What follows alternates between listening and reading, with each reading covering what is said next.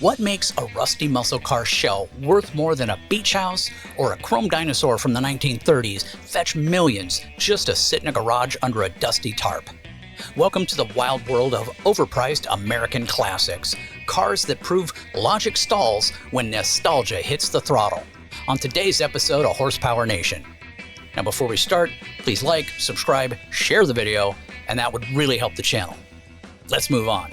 First, what we need to know. The list of the 6 most overpriced vintage American cars came together by digging through auction records, private sales, and the occasional project listing where someone wants 6 figures for a rusted shell with weeds growing through it and bees living under the hood. What these cars all share is rarity, legend status, and the kind of price tags that could finance a small country. Propping it all up is the cottage industry of car restoration, shops, parts suppliers, and hopeful do-it-yourself mechanics, where the motto might as well be, just bring me the money and lots of it. A $10,000 deal on a project car somehow can turn into $80,000 in parts and labor. But hey, who doesn't love paying triple to relive the glory days at 8 miles per gallon? Everybody got that? Good. Now when it comes to vintage American cars, the word overpriced is more of a compliment than a criticism. These aren't just cars. They are rolling investments, status symbols, and occasionally really expensive lawn ornaments. Collectors will happily shell out millions for vehicles that guzzle gas, fight back when you steer, and leak oil like it's some sort of a habit. Welcome to the glorious, ridiculous world of overpriced classics. So let's count down the 6 biggest culprits. Number 6, the Pontiac GTO Judge Ram Air 4 convertible, 1970 to 1971. Now you want a car that screams, "I'm here and I'm louder than your neighbor's leaf blower." The Pontiac GTO Judge Ram Air 4 convertible fits the bill. These are some of the rarest GTOs out there, and collectors treat them like holy relics from Mecca. Prices range from $300,000 to $600,000. Assuming you find one that isn't in pieces or stored in a barn, which translates to rust with a steering wheel. The Ram Air 4 engine was Pontiac's most aggressive factory V8 of the day, and it made the Judge one of the most muscular of the muscle cars. But here's the catch. It was still a GTO, a model sold in decent numbers otherwise.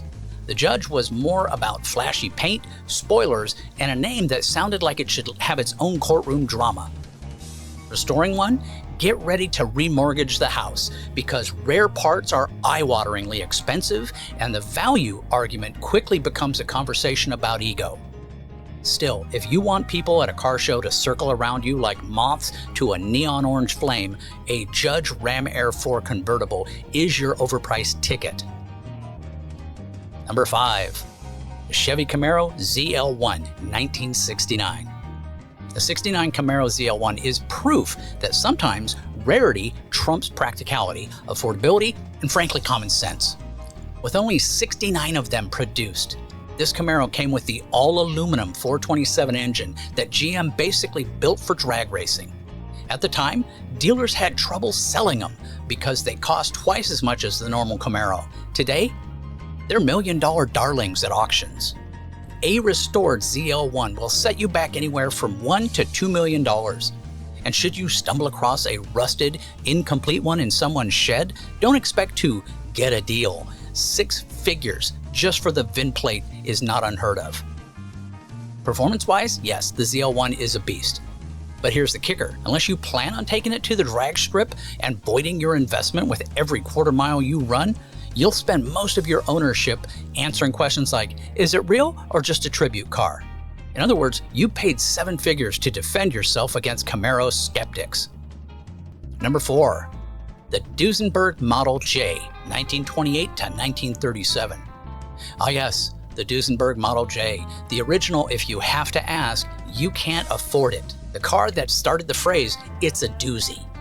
These rolling monuments to excess were built for Hollywood stars, industrial tycoons, and people who enjoyed having their chauffeurs drive the car.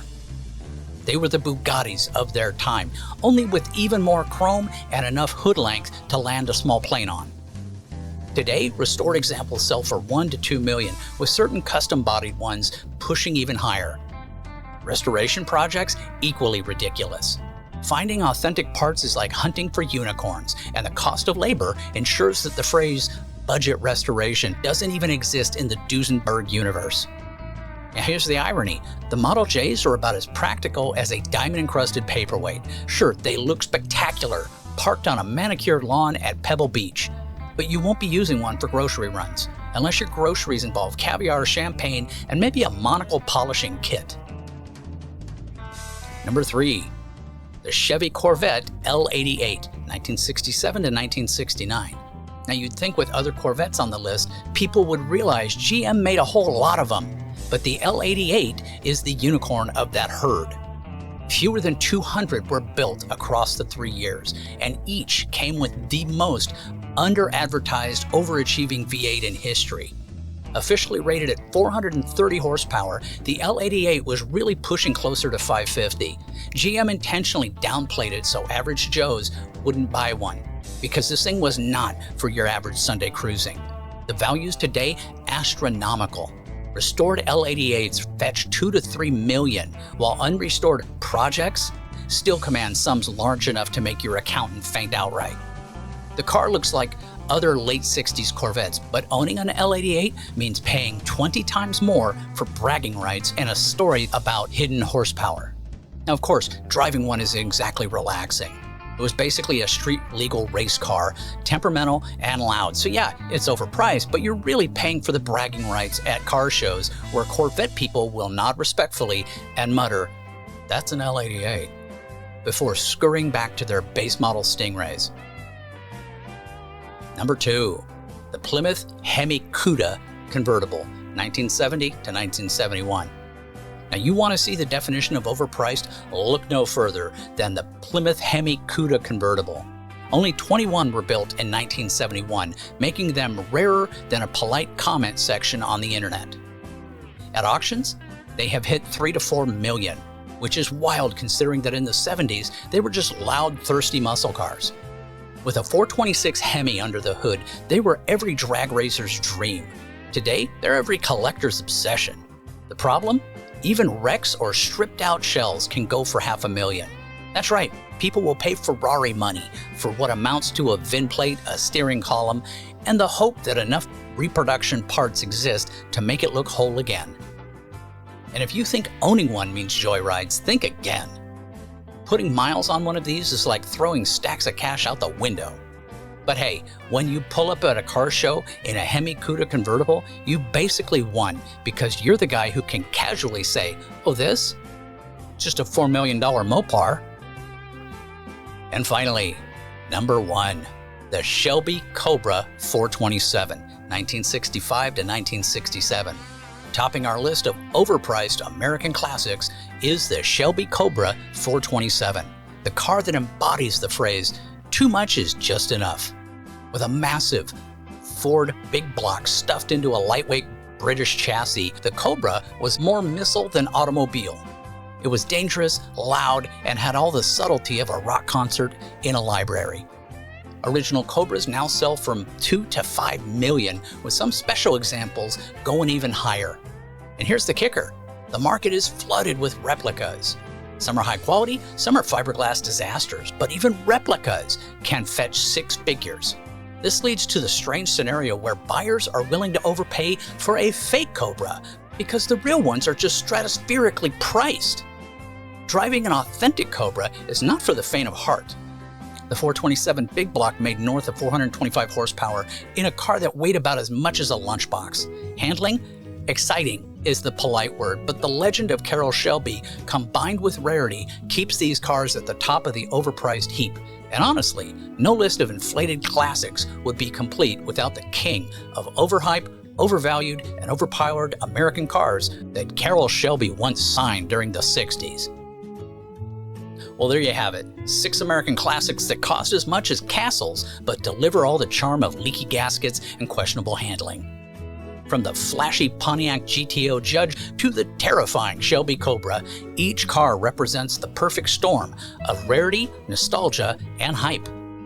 The cottage industry of restoration only fuels the madness, turning rust into gold at eye-watering prices. Now, do these cars deserve their values? Not really.